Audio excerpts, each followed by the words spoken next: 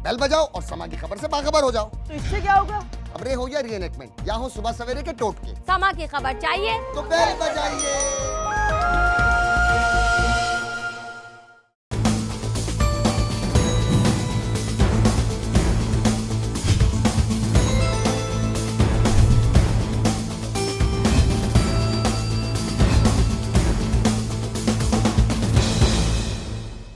आप देख रहे हैं अवाम की आवाज।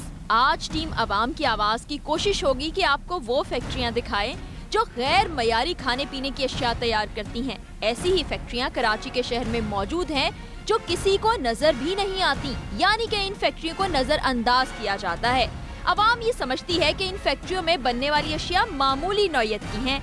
इन अशिया से अवाम की सेहत पर कोई खास असर पड़ने वाला नहीं। अवाम की यही कोताही उनके बच्चों और खुद उन्हें बीमार कर देती है, क्योंकि ऐसी फैक्ट्रियां उन्हें जहर आलूद अशिया मुहैया करती हैं। जैसा कि आज हम आपको दिखाने जा रहे हैं कि इन फैक्ट्रियों में क्या कुछ होता है।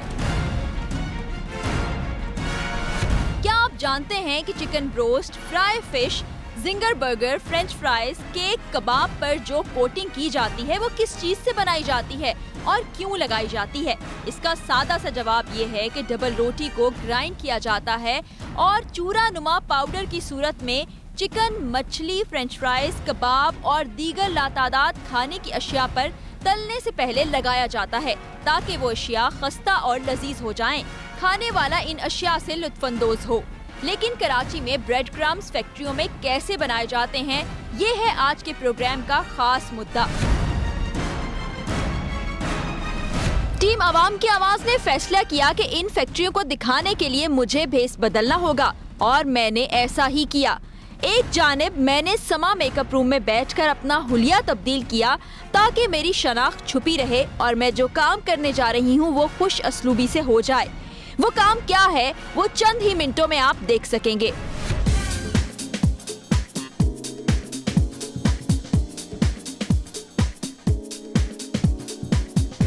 ये देखें, इस वक्त गेटअप मुकम्मल हो गया है। अब हम अपने ऑफिस से बाहर निकलेंगे। हम घरों पर जाके, दुकानों पे जाके, ऐसी जगहों पे जहाँ से पुरानी बासी डबल रोटी इकट्ठी की जाती है उसको इकट्ठा करेंगे रोटी के टुकड़ों के साथ और फिर उसी जगह पर बेच के आएंगे जहाँ पर इसी किस्म की बासी, गंदी, फफूंदी ज़दा, गलीज डबल रोटी से ब्रेड क्रम्स बनाए जाते हैं। तो देखिए कि किस तरह से हम ये सारा मुकम्मल करते हैं अपना काम और कैसे वहाँ पर जाके ये चीज़ें बेच के आते हैं। अभी यहाँ से निकल के हम ऑफिस से बाहर जाके सड़कों पे, गली मोहल्लों पे, दुकानों पे जाएंगे और डबल रोटी के जो बासी टुकड़े हैं वो खरीदेंगे।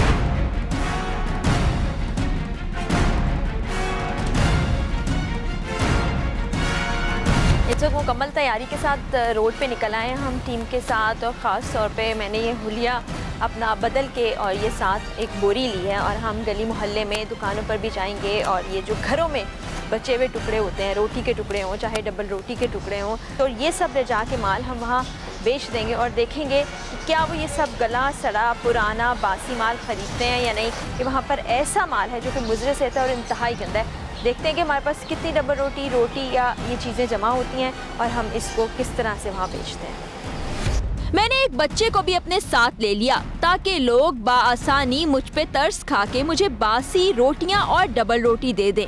इस मकसद के लिए शहरी इलाके का रुख किया। खोले दरवाजा। कोई रोटी के टुकड़े, कोई डबल रोटी होगी? देख लें जरा, जरूरतमंद है।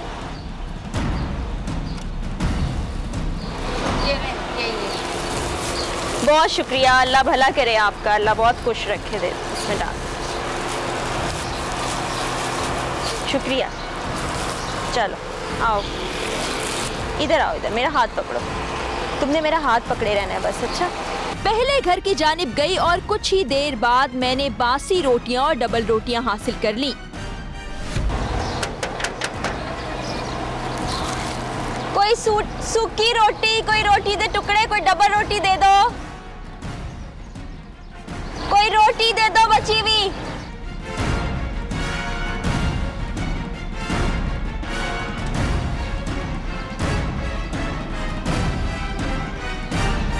कोई सूखी रोटी बाजी, डबल रोटी, सूखी रोटी। कोई सूखी रोटी है? दूसरे घर के मकीनों ने मुझे कोई रिस्पांस नहीं दिया। अगले घर की तरफ बढ़ी, वहाँ देखते हैं कि मुझे डबल रोटी मिलती है या नहीं।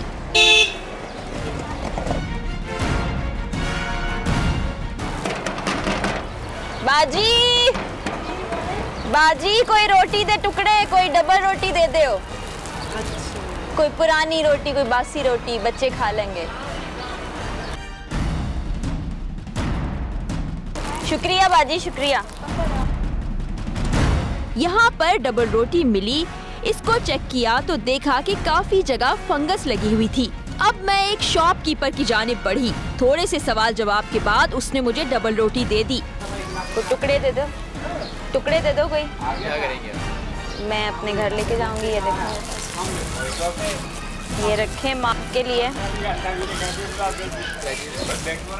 टुकड़े।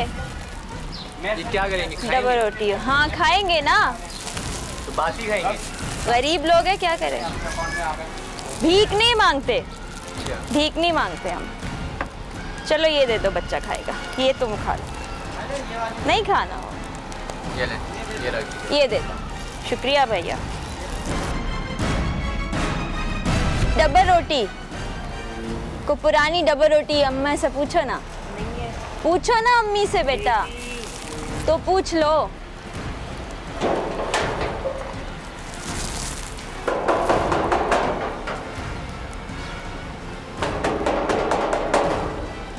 इस घर के दरवाजे पर मौजूद बच्चे ने तो मुझे देखकर दरवाजा ही बंद कर दिया और मैं वापस चली गई। कोई रोटी के टुकड़े हैं जी? रोटी के टुकड़े, डबल रोटी ये बेचूंगी। रोटी के टुकड़े होंगे? पूछ दो, रोटी के टुकड़े दे दो।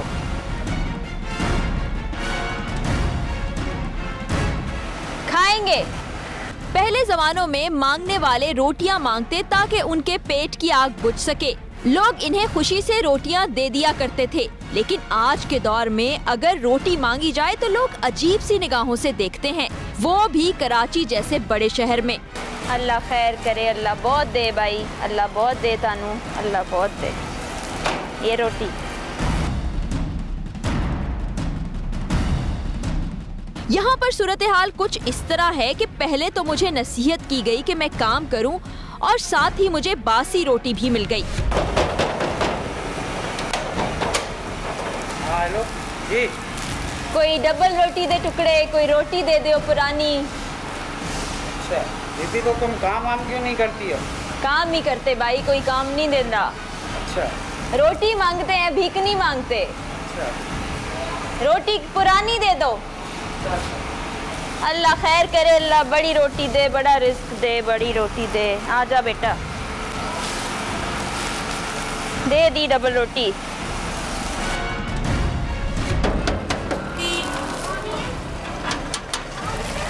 रोटी कोई पुरानी रोटी है? पुरानी रोटी, डबल रोटी।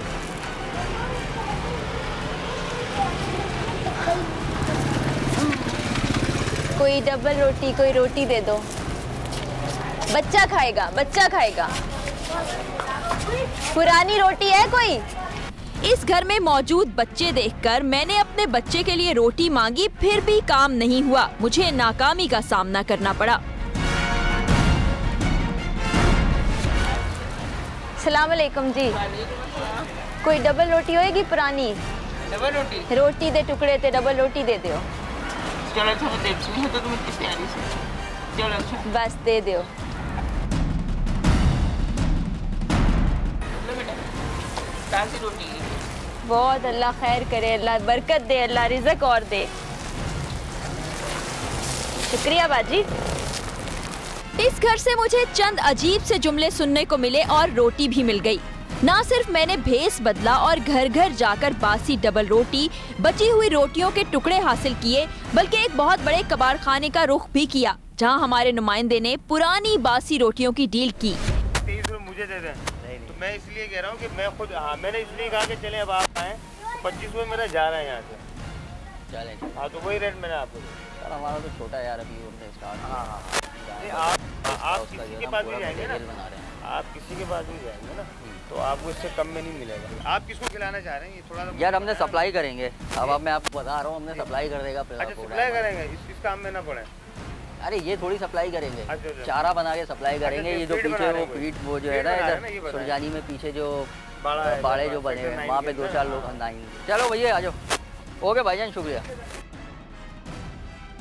ये ब्रेड इस तरह से खुले आसमान के नीचे रखा हुआ है और डस्ट धूल मिट्टी इसमें शामिल हो रही है और जो मक्खियाँ हैं और कहाँ से लेके आए हैं मुझे तो ये भी गंदी गली सड़ी सी लग रही हैं। ये प्लास्टिक का एक बारीक धात होती है जिसको क्रश करके बनाया जाता है।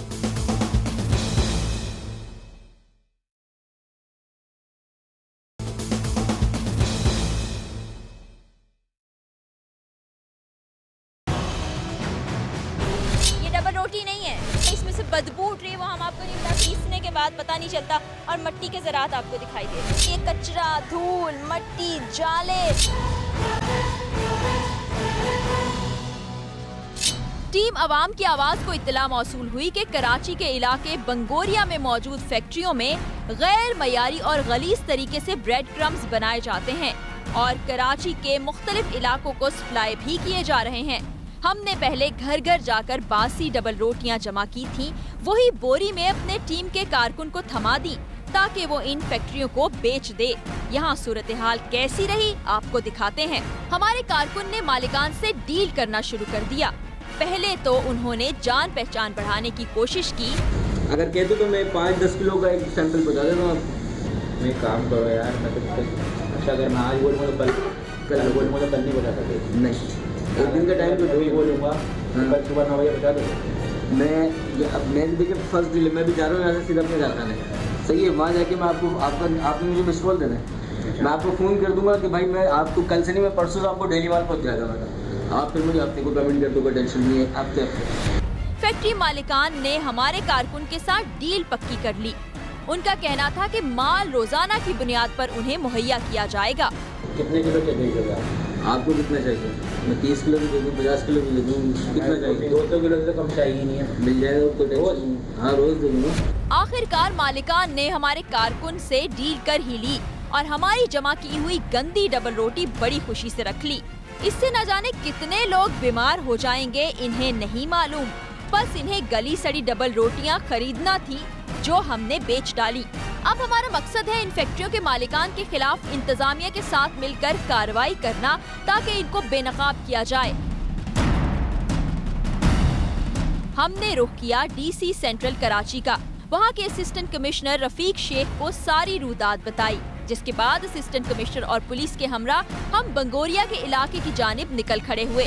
जैसे कि हमने आपको दिखाया था कि मुज़रे सेहत तरीक़ाकार इस्तेमाल करते हुए ब्रेड क्रम्स बनाए जा रहे हैं जो कि हम अपने खाने में रोज़मर्रा की अशिया जो घर में बनती हैं उनमें इस्तेमाल करते हैं। इस वक्त हम लोग मौजूद है असिस्टेंट कमिश्नर ऑफिस में। रफ़ीक शेख साहब हमारे साथ मौजूद है, ये हमारे साथ चलेंगे और वहाँ पे कार्रवाई मुकम्मल करेंगे। चाय खुरोनोश में जो इस तरह की मिलावट करते हैं लोग, जो गंदगी शामिल कर देते हैं, उसके खिलाफ क्या क्या दिफात शामिल हो जाती है, क्या एक्शन लिया जा सकता है?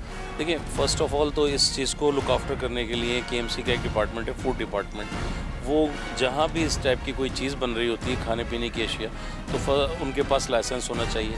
और लाइसेंस के लिए जो चीज़ें ज़रूरी होती हैं, सफाई या उनकी इंतज़ामिया के हवाले से कि उनके नेल्स नहीं होने चाहिए, उनका मेडिकल होना चाहिए, ये सारी चीज़ें तो ये डिपार्टमेंट का काम है, उसको लुक आफ्टर करें और साथ साथ हम भी इन चीज़ों को देखते हैं। फिर ठीक है, अब अभी हम यहाँ से चलेंगे, उस इलाके में जाएंगे और जिस जगह को हमने आइडेंटिफाई किया हुआ है वहाँ पर फिर हम कार्रवाई करेंगे।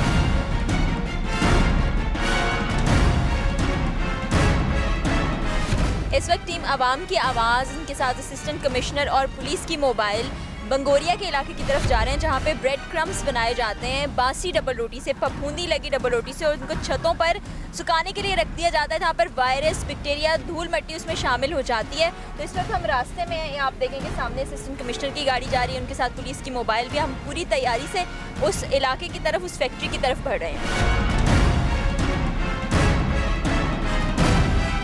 हमारे पहुंचने से पहले फैक्ट्री के वर्कर्स किसी कोने में छुप गए।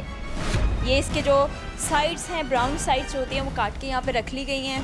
यहीं पे इनको सुखाया जाता है, फैलाया जाता है। इसमें कोई वर्कर नज़र नहीं आ रहा। ये अब देखने की कोशिश करिए पुलिस और ये सब के कहाँ गए हैं। ऊपर सुखाते हैं ना ये। बड़ी तादाद में बासी डबल रोटियों की बोरियां मौजूद हैं। यहाँ हमारी दी हुई बोरी किस कोने में पड़ी है ये हमें पता नहीं चल सका क्योंकि सारी बोरियां एक जैसी थीं। लेकिन अफसोस की बात यह है कि अगर लोगों को ऐसे ही खाने की अशिया पेश की जाती रही तो एक दिन अवाम की बड़ी तादाद मुख्तलिफ बीमारियों में मुब्तला हो जाएगी और आगे चल के हम मुस्तकबिल के मेहमारों से क्या तवक्को रख सकते हैं, ये हम भी सोचते हैं और आप भी सोचिए। ये देखें, जैसे कि हमने आपको बताया था कि किस तरीके से ये ब्रेड क्रम्स बनाए जाते हैं। आप ये देखें, ये ब्रेड इस तरह से खुले आसमान के नीचे रखा हुआ है और डस्ट, धूल, मिट्टी इसमें शामिल हो रही है और जो नीचे शीट्स हैं उनको भी पता नहीं कब से धोया नहीं गया। ये देखें, और जो तरीक़ेकार होता है ब्रेड क्रम्स बनाने का वो ऐसे नहीं होता है। इस तरह से आप पुरानी बासी डबल रोटी को नहीं बना सकते। और ये उसके बाद आप यहाँ देखें, ब्रेड को पीस के इस तरह ज़मीन पे रख दिया गया, जो दरमियान वाला हिस्सा है वाइट उसको ये रख दिया गया है और ब्राउन ब्रेड क्रम्स के लिए ये रखा गया है। कितना मुज़र सेहत अंदाज में ये रखा हुआ है, ये देखें आप ज़रा। जी हाँ, बस अंदाज़ा हो रहा है गंदगी का आपके सामने ही है। अब मक्खियाँ हैं और कहाँ से लेके आए हैं, मुझे तो ये भी गंदी गली सड़ी सी लग रही हैं। अब जाहिर सी बात है इससे जो चीज़ बनेगी वो कौन सी अच्छी होगी। और पता नहीं इसको किस चीज़ में डिप करते हैं, वो पानी भी क्वालिटी उसकी क्या होती है क्या नहीं, अभी नीचे चलते हैं इनसे बात करके देखते हैं। लेकिन इस वक्त आप हालात ये देख लें कि धूप है और उसके बाद इसके धूल मिट्टी से एक्सपोज हो रहे हैं ये सब, और उनकी आपको हमने दिखाया था कि फफूंदी भी लगी हुई है जिसमें ये देखें, मैं कह रहा था कि गंदगी नज़र आ रही है इसकी। मक्खियाँ इसके ऊपर बैठी हुई हैं, ये देखें मक्खियाँ भिन-भिना रही हैं। तो ये कोई तरीका है जिस तरह से खाने को आप जहर बना के दे रहे हैं, और ये डेली आपके फूड आइटम्स में इस्तेमाल होती है। आप कबाब बनाते हैं, आप कोई भी चीज़ फ्राई करते हैं उससे पहले ब्रेड क्रम्स लगा रहे होते हैं। और ये देख लें आप, इनकी हालत ज़रा चेक कर लें। बच्चा इधर आओ, हाँ नाम बताओ अपना। बिलाल, कौन है इसका मालिक? हसन भाई। कब से कर रहे हो ये काम यहाँ पे? मेरे को तो 1 महीना हुआ। 1 महीना हो गया। बेटा आप कौन है? हारिस। आप क्या कर रहे हैं यहाँ पे? मैं काम। किसने रखा आपको यहाँ पे काम? हसन भाई। हसन भाई ने। क्या काम करते हैं आप? यही। नहीं, ये कहाँ से आता है सारा? ये हमें नहीं पता। फिर आप करते क्या हो इसका? कटिंग करते हैं हम, बस हम तो कटिंग करते हैं। अच्छा, डबल रोटी आपके पास आती है पूरी? जी। पूरी की पूरी डबल रोटी को आप काटते हैं, काटने के बाद ये जो आपने ब्रेड क्रम्स बना के रखे हैं इसको किस में सोक करते हैं, किस में डबोते हैं? मशीन में से निकलता है, चूरा होता है, फिर ऊपर आता है, धूप में रखता है, फिर नीचे जाता है। अच्छा, और आप लोग को ये तो पता नहीं होगा कि ये तरीका नहीं होता इसको बनाने को, ऐसे धूप में नहीं सुखाते? उस्ताद ने बताया हुआ। सवाल ही पैदा नहीं होता कि इस तरह खुला आप ले जा रहे हैं। जो हालत देख रहा हूँ सीढ़ियों पे भी सारी रोटी के, नहीं बेटा लेकिन इस तरह ओपनली थोड़ी रखा जाता। अभी मट्टी है इस वक्त, आज ये मट्टी नहीं जा रही होगी इसमें इस तरीके से।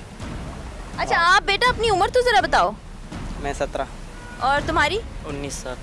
ये अंडर एज है बच्चा, ये भी है। और अगर ये देखें फैक्ट्री में बच्चे काम करते हैं, इनकी सेफ्टी का ये इसके हाथ पे कट्स आए हुए हैं, बैंडेजेस लगाए हुए हैं इसने। और हाथ, बेटा हाथ ज़रा दिखाओ, ये कैमरे पे ज़रा आप हाथ देख लें। आप भी बेटा ज़रा हाथ दिखाओ। और उसके तो हाथों पे वैसे ही ये नाखून है। बेटा तुम्हारा मेडिकल कराया उन्होंने कभी भी? हसन भाई ने, क्या नाम बता रहे हो? कभी मेडिकल कराया तुम्हारा जाके डॉक्टर को? अल्लाह ना करे। और ये जो तुम्हारे हाथ में कट लगे हुए हैं, अगर ये बीमारी अगर आपको कोई हो, हेपेटाइटिस अल्लाह ना करे, तो और ये भी आप इसमें फूड के आइटम को हाथ लगा रहे हो, ये तो अपने आप हो जाएगा और बेड़ा गर्क लोगों का। दस्ताने पहनते हो कभी? ग्लव्स नहीं, आप पहनते हो? ज़रा नीचे चल के भी हालत देखते हैं और आप देख लें कि ये कोने में ज़रा गंदगी जो दिखाई दे रही है, ये जो आपको धूल मिट्टी दिखाई दे रही है, ब्रेड क्रम्ब में शामिल हो जाती है, ये उसी कलर की है। ये आप देखें, रेत के ज़रा जो है इसमें शामिल होंगे तो उसी कलर के आपके फूड में शामिल हो जाएंगे। अक्सर फैक्ट्रियों में एरोसिल पाया जाता है जो हुकूमत की जानिब से बैन किया गया है।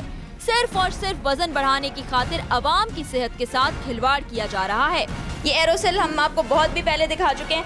एरोसिल बहुत लाइट वेट होता है और ये सिर्फ इस्तेमाल किया जाता है कि इसमें डाल देंगे और इसको क्या उसका वज़न बढ़ाने के लिए इस्तेमाल किया जाता है, वरना इसका कोई प्रोडक्ट में, खाने की चीज़ में इस्तेमाल नहीं है। ये प्लास्टिक का एक बारीक धात होती है जिसको क्रश करके बनाया जाता है। पता नहीं कौन कौन से केमिकल हैं। ये देखें, इसीलिए ब्रांड नेम नहीं दिया जाता। कि ब्रांड नेम देंगे तो इनको बताना पड़ेगा कि क्या क्या चीज़ें डाल रहे हैं, प्रॉपर एड्रेस की वजह से।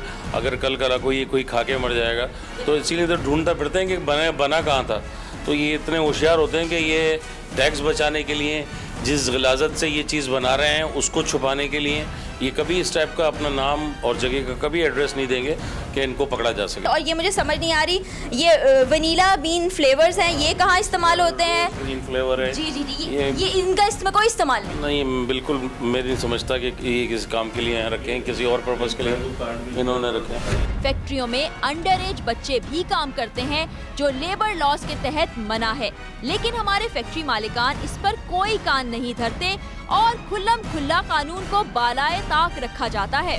ट्रेडर नाम आ गया, मुबीन, सलीम है कोई, इनको ये माल जा रहा है कभी 1.5 तारीख को इतना केजी। आप ये देखें कितने केजी जा रहा है, आप डेली के हिसाब से देखें 3 फरवरी को एक पार्टी को इन्होंने 150 के हिसाब से 60 केजी दिया है, उसी डेट को फिर 100 केजी दिया है, यानी कि 160 केजी इनका डेली का है। और फिर 10 फरवरी को 100 केजी, अगेन 100 केजी, यानी कि 200 किलो। ये आप क्वांटिटी देखें।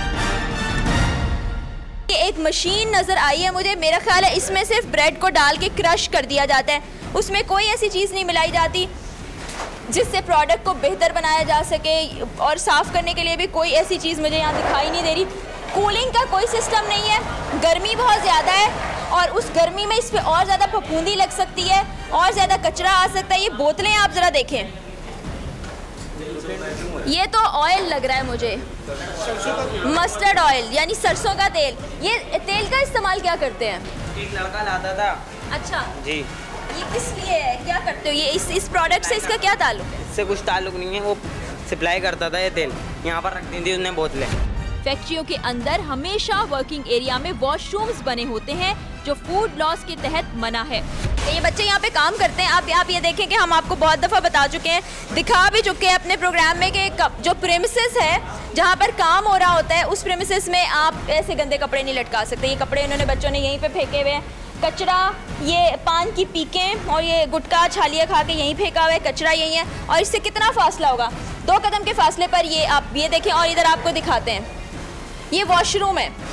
ये भी आपको पता है कि जो फूड डिपार्टमेंट है वो ये कहता है कि इसी प्रेमिसेस के अंदर जहां आप काम कर रहे हैं वहां पर वॉशरूम नहीं होना चाहिए, बैतुल खला नहीं होना चाहिए, लेकिन वहां पर ये सब कुछ हो रहा है। कोई भी ऐसी चीज़ नहीं जिसकी खिलाफ वर्जी ना की जा रही हो, सब कुछ हो रहा है। या तो फिर फूड वालों की भी थोड़ी गैर जिम्मेदारी नज़र आ रही है। थोड़ी नहीं, तो सारी इनकी खैर ये इस तरह ओपनली काम करते नहीं, देखे ना जिस तरह हम आए इतने आसानी से मिलता नहीं है। ये जानबूझ के ऐसी जगहों को चुनते हैं जहाँ पर सरकारी महकमे के लोगों को आने में थोड़ी सी दुश्वारी हो। तो बिल्कुल ये तय हो गया है, जो आपने भी देखा और हमने सबको देखा है कि ये जो खाने का यहाँ पर चीज़ों को कर रहे हैं, उसको बना रहे हैं, वो इंतहाई गलाजत से बना रहे हैं। इनके पास ना कोई फूड लाइसेंस है, अंडर एज बच्चा रखा हुआ है जिसकी अपनी भी फिज़िकल जो है वो हाथ उसका कटा हुआ है हेल्थ का। इस काम को यहाँ पर इस तरह कंटिन्यू नहीं करने देंगे हम इनको अभी साथ लेके जाएंगे, अपने इनके मालिक को बुलाएंगे और जब तक वो चीज़ों को ठीक नहीं कर लेता जब तक ये काम नहीं करने देंगे। हम तो फिर जहर ही खा रहे हैं। एग्जैक्टली, कोई इसमें क्वेश्चन नहीं है। बिल्कुल आपने सही कहा कि पिस जाने के बाद तो ये जहर बिल्कुल उसमें मिक्स हो जाता है। और जिस तरीके से ये बेचते हैं ऐसी जगहों पर ख़ास तौर पर बेचते हैं जहाँ पर लोग थोड़े से कम वो ज़्यादा मुनाफे के लिए गैर मेरी अशिया ले लेते हैं और उसका फिर अल्टीमेटली नुकसान जो खाने वाला होता है उसको होता है। कराची में फैक्ट्रियों की बड़ी तादाद रेजिडेंशियल एरिया में बनी हुई है जो सरीहन कानून की खिलाफ वर्जी है। यूज्ड डबल रोटी के टुकड़े हैं जो कभी आप कोई जैम, केचप, जेली लगा के ब्रेड के ऊपर रख देते हैं या अपने घरों में से ज़ाया कर देते हैं, वो सड़ी हुई डबल रोटी सब इसमें शामिल है। और जब ये क्रश हो जाएगी तो किसी को क्या पता ये अच्छी डबल रोटी है, गंदी डबल रोटी है कि क्या है। अब फफूंदी ज़्यादा डबल रोटियाँ हम आपको दिखा रहे हैं, उसके अलावा लाइसेंस तो मुझे उम्मीद नहीं है कि इनके पास होगा। एक प्रॉपर प्रोसीजर होता है ब्रेड क्रम्स को बनाने का। ये माल अब आप देखें, ये तैयार होने, बेटा ये क्रश होने के लिए रखा है ना, इसको क्रश करना था तुमने। इधर आओ। नहीं तो सूखने के बाद इसको वो ग्राइंड करोगे ना? हाँ ग्राइंड करोगे। हाँ, इसको ग्राइंड करते हुए ये भी ग्राइंड हो जाएगा। ये जरा आप देखें, ये भी ग्राइंड होगा, ये भी ग्राइंड होगा। मतलब जो ब्रेड का टुकड़ा मैं हाथ में उठा लूं उसके ऊपर फफूंदी लगी हुई। मतलब अब क्या कहा जाए। ये देखें, अब ये तंग गलियां हैं, यहाँ से आना भी मुश्किल है। कचरा, धूल, मट्टी भी आपने देख ली, जाले लगे हुए भी देख ले। ये जगह पर आप देखें पानों की पीकें भी हैं, बच्चों के कपड़े आपने देखे, एक तो वो वैसे ही अंडर एज हैं, फिर वहीं पे गंदगी लटकाई हुई, वहीं पे वॉशरूम है। और छत की हालत आपने देखी कि अब हवा के अंदर बहुत से बैक्टीरिया, वायरस होते हैं, मक्खियाँ उनके ऊपर बैठी हैं, जरासीम है, और उस पर फफूंदी लगी हुई डबल रोटी, ज़ाया की हुई डबल रोटी, एक्सपायर्ड डबल रोटी, और बगैर ब्रांड नेम के, बगैर लाइसेंस के, बगैर इजाज़त के ये काम चल रहा है। ये डबल रोटी नहीं है, ये कोई जैसे पत्थर पीसा हुआ होता है वैसा कुछ लग रहा है, ये पता नहीं क्या है। हम टाइमली फिर आएंगे, पहले इधर रेड कर लेंगे, इंशाल्लाह ताला चीज़ों को बेहतर करना है तो बार बार काम करना है। मालिक के खिलाफ भी हम कार्रवाई करेंगे और तमाम जो हमने वहाँ से सैंपल्स इकट्ठे किए हैं इन्हें हम टेस्टिंग के लिए भेजेंगे।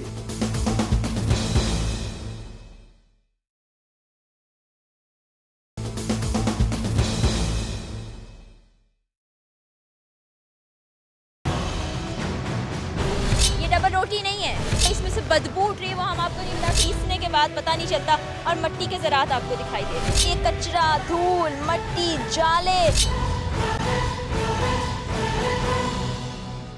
टीम अवाम की आवाज़ कई सालों से इन फैक्ट्रियों के खिलाफ इंतजामिया के साथ मिलकर कार्रवाइयाँ करती आई है, जो लोगों को गैर मयारी अशिया मुहैया करने का बायस बन रही हैं। यहाँ इसी इलाके के अंदर, चूँकि ये इंडस्ट्रियल एरिया आप देख रहे होंगे, बहुत सी फैक्ट्रियाँ, इधर एक और फैक्ट्री की निशानदेही की गई, वहाँ चलते हैं और देखते हैं कि वहाँ किस तरह से काम हो रहा है। अच्छा जी, यहाँ पर तो बंद कर दिया गया इस फैक्ट्री को। जितनी देर में हम सामने वाली फैक्ट्री में थे, हम यहाँ पर आते, हमें इतनी मोहलत मिलती कि हम यहाँ पर भी दिखाते कि ब्रेड क्रम्स कैसे बनाए जाते हैं, उतनी देर में इस दरवाजे को ताले से बंद कर दिया गया है। ये सूरत हाल हमारे लिए कुछ नई नहीं है, हमारे साथ अक्सर ऐसे होता है कि हम किसी जगह पर पहुंचते हैं, हमसे पहले हमारी खबर पहुंच जाती है और जगह बंद कर दी जाती है। ब्रेड क्रम्स की हालत आप देखेंगे बिल्कुल वैसा ही प्रोसेस है जैसे हमने पिछली फैक्ट्री में देखा था कि इसी तरह से शीट्स के ऊपर डबल रोटी को क्रश करके बिछा दिया गया, यानी नेचुरली धूप में वो सूखे और उसमें जितनी धूल, मट्टी, गंदगी, वायरस, बैक्टीरिया शामिल होने हैं वो हो जाए और उसके बाद हम उसे खा लें। ये देखिए आप, अब इसमें आप क्या फील कर सकते हैं, धूल मट्टी शामिल हो गई तो आप कैसे आइडेंटिफाई कर सकते हैं। और इन लोगों को ज़रा शर्म नहीं आती, ज़रा ख्याल नहीं आता वो क्या कर रहे हैं। देखिए मक्खियाँ कैसे भिन भिना रही हैं इस पर, पूरी शीट, वो शीट वैसे उल्टी पड़ी हुई है। अब पूरी वक्त यहाँ पर ये पड़े रहेंगे और कोई इनकी देखभाल करने वाला भी नहीं है। इसमें क्या शामिल होता है, क्या नहीं आता, क्या गलाजत आ जाती है, मक्खियाँ, मच्छर, छिपकलियाँ शामिल होती हैं, उनकी वजह से कुछ भी होता रहे। अब आप कैमरे की आंख से ज़्यादा सच्ची चीज़ कोई नहीं हो सकती। ये आप देखिए कि ये ब्रेड क्रम्स हैं, उनके बिल्कुल साथ ये कचरा, धूल, मट्टी, जाले, गंदगी है और ये बोरियां भर भर के रखी हुई हैं। ये ब्रेड क्रम्स ही हैं यकीनी तौर पे। शीट्स आप देखें, शीट्स पे भी फफूंदी लग चुकी है क्योंकि पानी में डिप करते हैं, डिप करने के बाद उसको क्रश करते हैं, क्रश करने के बाद फिर उसको ड्राई करते हैं और इन शीट्स के ऊपर उसको फैला देते हैं। इन शीट्स के ऊपर फफूंदी लग चुकी है, ज़रा कैमरे पे आप देख सकते हैं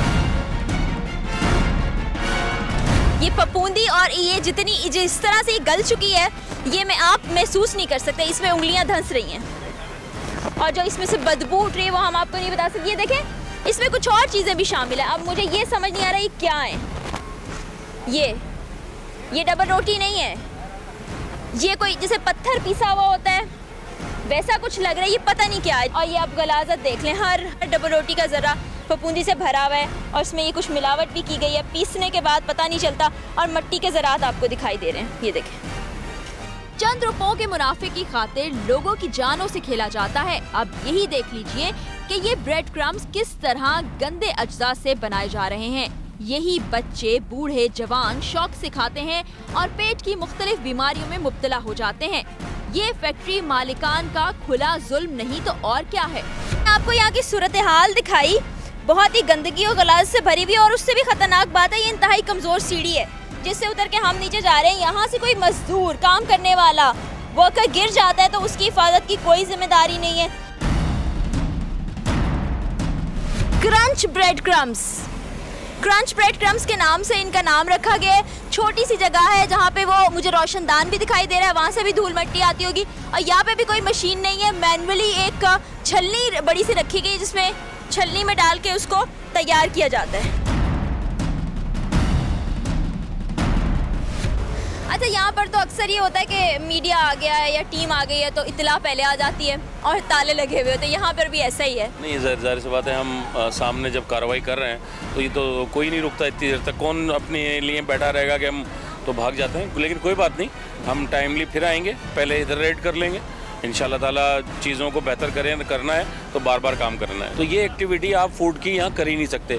जहाँ हम पहले गए थे उसके पास भी लाइसेंस नहीं है, क्योंकि कोई भी आदमी इस जगह का फूड लाइसेंस नहीं देगा उसको। तो ये अंडरस्टूड है ये बात कि गंदगी गलाजत होगी, इसी जगहों पे सफाई नहीं मिलेगी। इनके खिलाफ अब एक्शन क्या होगा?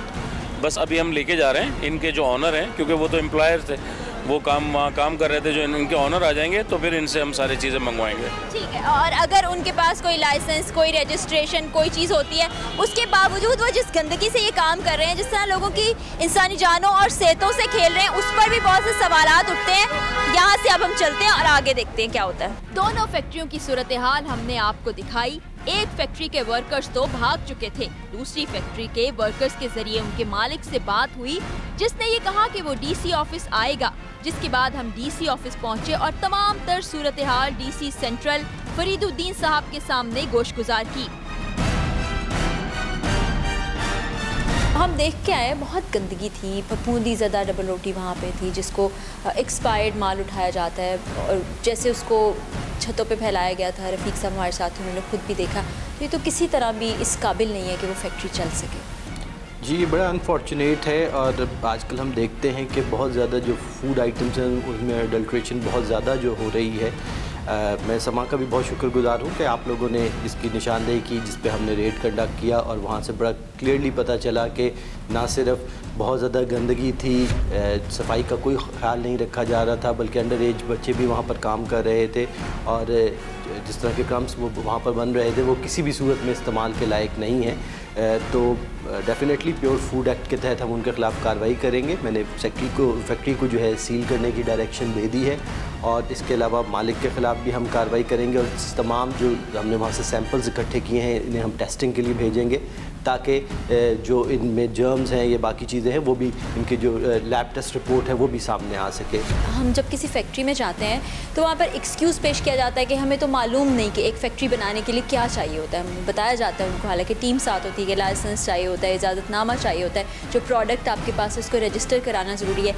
तो आप बता दें तो शायद इन लोगों की समझ में आ जाए कि क्या रिक्वायरमेंट्स होती हैं एक फ़ैक्ट्री को बनाने के लिए। बड़ा सिंपल है कि कोई भी फैक्ट्री को कोई बनाना चाहता है, सबसे पहले तो उसके लिए परमिशन रिक्वायर्ड है कमर्शियल एक्टिविटी की, उसको परमिशन की रिक्वायरमेंट है। फिर अगर वो कोई फूड का वहाँ पर स्टफ़ बना रहा है तो डेफिनेटली उसको जो रेलेवेंट फूड अथॉरिटीज़ हैं, जो KMC की KDA की फूड अथॉरिटीज़ हैं, उनसे परमिशन की जो है उसको रिक्वायरमेंट है। फिर वो जो भी एक्टिविटी कर रहा है उसकी फ़ाइनल बाइंडिंग NOC जो है वो DC ऑफिस से भी रिक्वायरमेंट है। इसी तरह उसे वहाँ पर जो है वो सिविल डिफेंस की भी परमिशन रिक्वायर्ड होगी, ताकि फायर सेफ्टी जो है उसका ख्याल किया जा सके। बट अनफॉर्चुनेटली लोग बहुत देखें, ignorance of law is not a bliss and जो है it's not an excuse as well. तो अगर कोई बंदा ये कहता है कि जी वो इतना सादा है कि फैक्ट्री में का ओनर है लेकिन उसे पता नहीं कि फैक्ट्री बनाने के लिए क्या क्या परमिशंस की रिक्वायरमेंट है, तो मेरे ख्याल से ये एक कोई प्लॉजिबल एक्सक्यूज़ नहीं होगा। अच्छा, उसके अलावा हम देखते हैं ऐसी जो छोटी छोटी फैक्ट्रीज़ बनाई गई होती है छुप छुपा के, उसमें ज़्यादातर अंडर एज बच्चे काम कर रहे होते हैं, 18 साल से कम। फिर उनके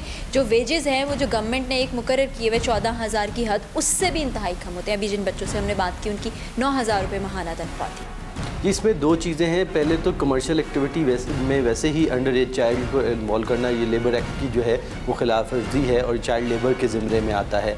फिर वेजेस भी अगर उनकी कम है तो वो भी आता है, तो ये तो क्रिमिनल एक्टिविटी है, इसके खिलाफ जो है इसी वजह से इस केस में भी हम ना सिर्फ अपने रेलिवेंट क्लॉजेस के CRPC के तहत इस पर करेंगे, प्योर फूड एक्ट के तहत करेंगे, बल्कि इन पे लेबर एक्ट के तहत भी कार्रवाई।